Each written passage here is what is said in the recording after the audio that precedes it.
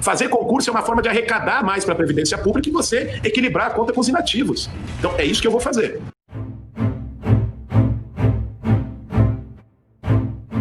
Paulinha, conta pra gente o que aconteceu, conta pra gente o que aconteceu em relação a um vídeo que está circulando na internet do Guilherme Boulos trazendo a grande solução dele para o rombo previdenciário aqui da Prefeitura. É isso mesmo, foi durante a sabatina promovida pelo jornal Estado de São Paulo, o candidato do PSOL à Prefeitura aqui da cidade, o Guilherme Boulos, fez a seguinte defesa. Confiram o recorte que viralizou na internet. Sobre a Previdência, antes de falar de cada uma das áreas, eu queria mencionar sobre a Previdência. Você falou do Sampaprev. Sabe por que a Previdência do Serviço Público se torna deficitária? Porque não se faz concursos. Porque para a Previdência se equilibrar, você tem que ter gente contribuindo, não só gente recebendo. Então você tem mais gente se aposentando, virando inativo para receber na Previdência, e como não se faz concursos, você tem menos gente contribuindo para a Previdência Pública. Fazer concurso é uma forma de arrecadar mais para a Previdência Pública e você equilibrar a conta com os inativos. Então é isso que eu vou fazer. E aí, esse segmento passou também a ser bastante criticado, até por economistas nas redes sociais. Então, o Boulos achou por bem fazer um vídeo em que ele conta que a sua frase foi recortada e espalhada por aí fora de contexto. Vamos conferir aí a explicação do Boulos. Eu fui perguntado sobre a realização de concursos públicos num contexto de déficit da Previdência Municipal. No final da entrevista, um trecho sobre esse tema foi retirado de contexto e passou a ser divulgado nas redes sociais. Nesse trecho, eu argumento que usar o déficit da Previdência Municipal como justificativa para não fazer concursos não faz sentido do ponto de vista contábil, já que os servidores contratados passariam a contribuir também para o Fundo de Previdência. Realidade que em São Paulo foi modificada pelo Sampaprev de Dória e Bruno Covas. Eu não defendo que a forma de equilibrar a Previdência seja através de novas contratações. A maneira como eu me expressei e tirada do contexto da pergunta pode ter levado a crer nisso, que não é a minha posição. Ainda bem que temos um economista aqui na bancada. Joel, deu certo a explicação ou ainda está confuso? Olha, eu acho que ele tentou remendar um pouco uma fala que estava muito clara, né? É o tipo de fala que revela como que, na minha opinião, é o grande problema de grande parte da esquerda brasileira. Não reconhecer que existe um problema fiscal, não reconhecer que as contas públicas são uma realidade, que não existe passe de mágica, sabe? Você vai melhorar o déficit da Previdência contratando mais gente. Ele diz isso com todas as letras. Gente, o déficit da Previdência é um problema por quê? Porque ele cresce sem parar e come todo o nosso orçamento. Se você contrata alguém que 14% do salário vai ajudar a Previdência, mas os outros, portanto, 86% vai ser mais gasto do poder público, não tem um contrassenso absoluto. Você vai piorar, você vai causar uma bola de neve previdenciária lá na frente e aumentar o gasto com o endividamento público agora, desde já.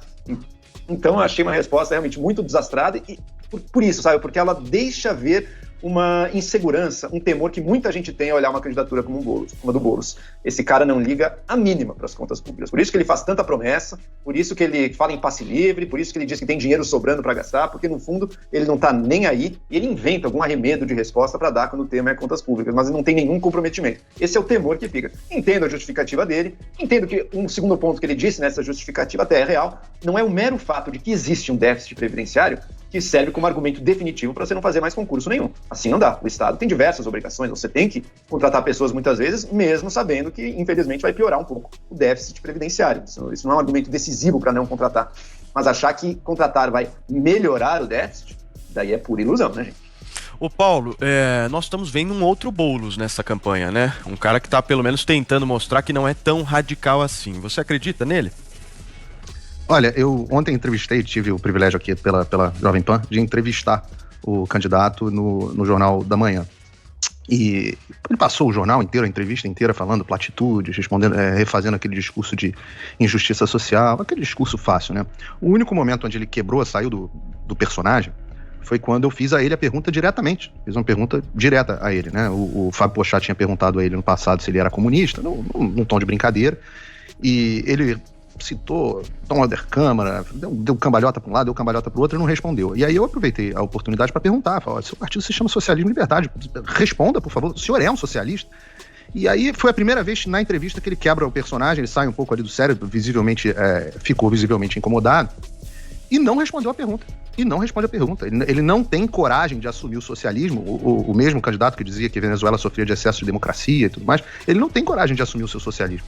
Então, eu acho que a gente corre o risco aí, vocês correm o risco em São Paulo, de passar por um processo aí vou chamar aqui, usar o termo que o pessoal está usando, né? Meio de estelionato eleitoral, de uma pessoa se passando por algo que ela não é.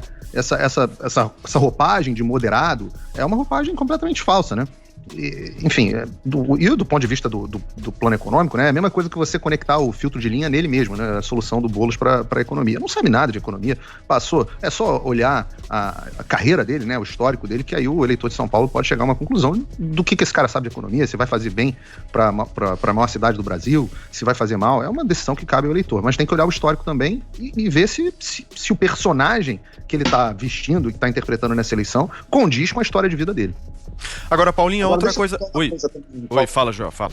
É o seguinte, na minha opinião, dos possíveis segundos turnos que podia ter em São Paulo, esse é o melhor. Você tem duas opções claramente desenhadas. O Bruno Covas, um político de centro aqui no Brasil. Inclusive, ele nunca nem se aliou muito, não se aliou nada, na verdade, ao bolsonarismo lá atrás. Ele é da corrente, digamos, mais centrista mesmo do PSDB, não aquela que se aliou mais ao governo federal. Que tem a sua gestão com altos e baixos. Acho que existem críticas muito legítimas a serem feitas à gestão do Bruno Covas aí na prefeitura dele, na zeladoria da cidade, semáforos, enfim, uma série de questões aí que acho que não foi tão bem sucedido assim. Do outro lado, uma candidatura francamente de esquerda, ousando aí ser mais sonhadora, mais utópica, mas que enfrenta o desafio do realismo básico. O que dá para realizar numa situação que a gente sabe que os municípios estão com as contas em dificuldade, os estados estão, muitos deles, quase quebrados, e o governo federal também não tem dinheiro para ficar distribuindo para ninguém. Então, até que ponto é possível sonhar e prometer num momento de extremo apertar de cintos, com crise econômica, com crise da saúde pública, com coronavírus? Acho que tem duas opções muito claras colocadas pelo eleitor paulistano, e mais, duas candidaturas sérias. Nenhum dos dois ali é um absoluto mentiroso ou corrupto que está ali fingindo alguma coisa. São dois candidatos sérios apresentando suas visões e estão aí para o eleitor decidir. Por isso eu considero um bom segundo turno na cidade de São Paulo. Falar que político é sério, seja lá quem for, é um perigo, hein, João Pinheiro? Tome cuidado, hein? Vamos ver. Toma cuidado, João Pinheiro, porque o povo printa, hein?